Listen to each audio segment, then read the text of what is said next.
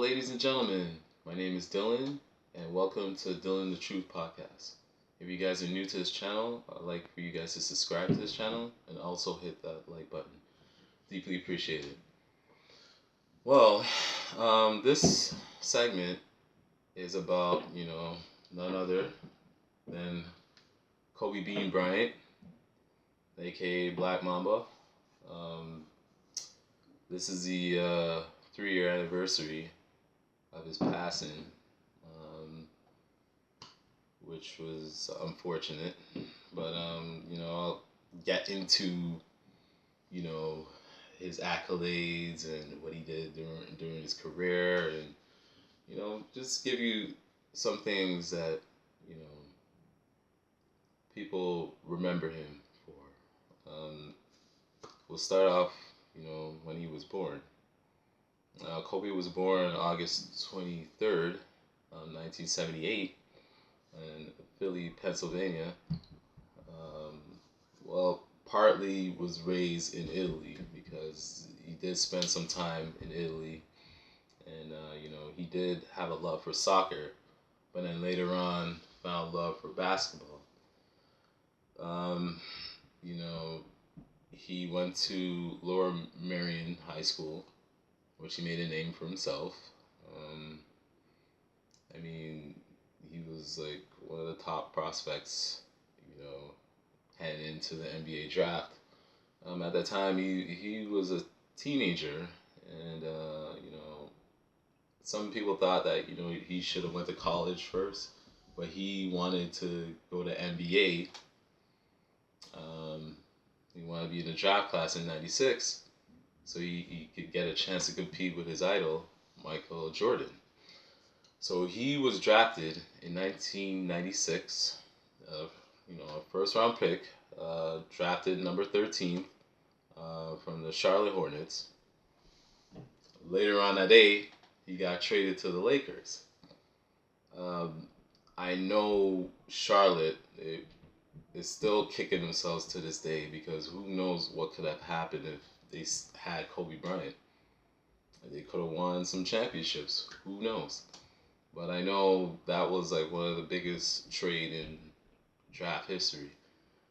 Because, going into that draft class, it was pretty stacked. You had Iverson, you had Ray Allen, you had Steve Nash, you had Peja Stojakovic, you had Marcus Camby, you had Stephon Marbury.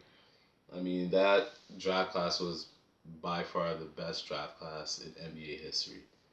And a lot of critics and commentators were saying he was the best all-around player, which proved to be right. He spent his whole career in his entire career in Los Angeles. He spent 20 years there with the Lakers. He accomplished a lot. I mean, there's a list of accomplishments that he had in the NBA. He did wear 2 jersey numbers. When he first came into the league, he wore number 8. Then he changed it, like in the mid 2000s, to number 24 because he felt like number 24 represents, 24-hour workload. There's no breaks. He's always keeps on his grind. I love his mentality. So I will list some of his accomplishments that he had in his illustrious NBA career. He was a 5-time NBA champion, 2-time Finals MVP, NBA MVP in 2008. He's an 18-time All-Star, 4-time NBA All-Star MVP. He's 11-time NBA First Team, 2-time Second Team, 2-time Third Team, 9-time All NBA All Defensive Team, 3-time NBA All Defensive Second Team,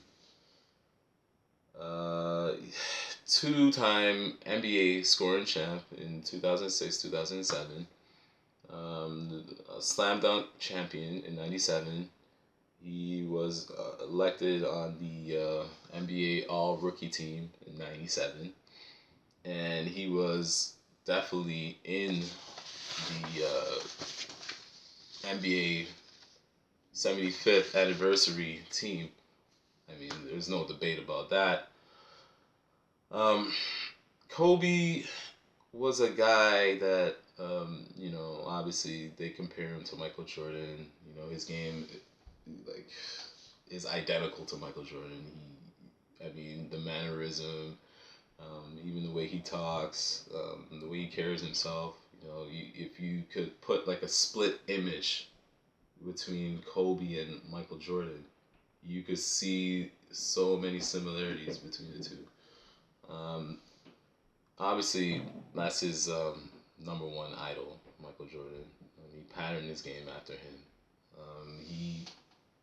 I mean, that list of accomplishments that he have, that definitely puts him as one of the greatest players to ever play the game. In my opinion, he's the second greatest player that ever played, right after Jordan.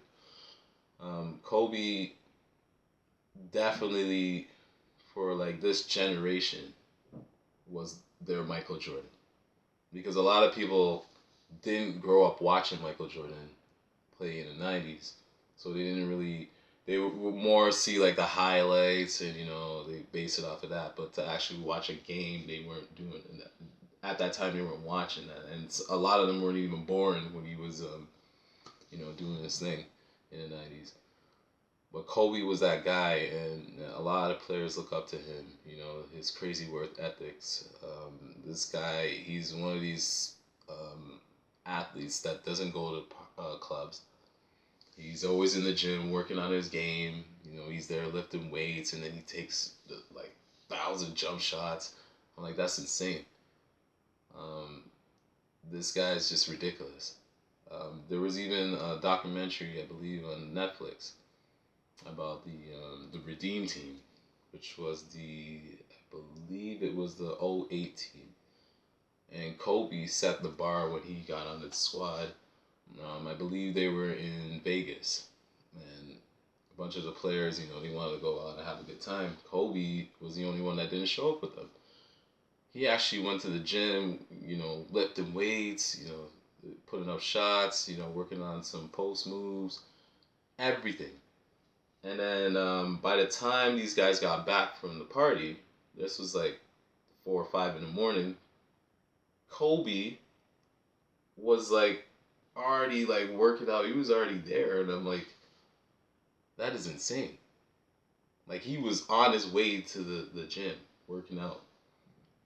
I mean, this guy's insane. He was a different breed. So a lot of players from that Redeem team followed his lead, and they all got into the gym, and they all started working out, and then it resulted in them winning the gold medal in '08. Kobe Bryant, I mean, he was, I mean, at the time he was a polarizing player because of the situation that happened in Denver back in '03. I mean, before that, there wasn't really anything going on or news spread out about him until that incident, and then people start, looking at him a certain way. But Kobe, it never stopped him from, being that great player that he was. I mean, he kept going, and then he came up with that nickname for himself, the Black Mamba, and it suits him very well. I mean, those are like the lethal snakes. He's very lethal on the court. So yeah, he did a lot for the game. Also, I mean, Kobe was ahead of his time because what he did was he already had a game plan before he retired in 2016. I believe he said something like, what was it? That you better have your plan after your NBA career, because he said a lot of what athletes make a mistake on is that they wait until it's the end of their career to figure out what they're going to do in the next chapter. He already knew what he was doing. before he got to the end of his chapter in his NBA career. So he was already ahead of the game with that.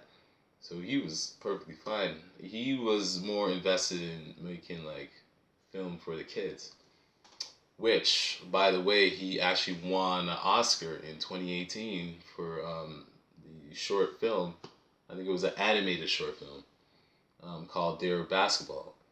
Basically, that film is just he uses the basketball terminologies to basically give you a life lesson, to teach you what you're gonna expect in life, or what you should thrive, or what you should do to achieve your goals.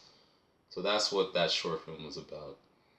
And I believe he was the very first athlete to win an Oscar. That was huge.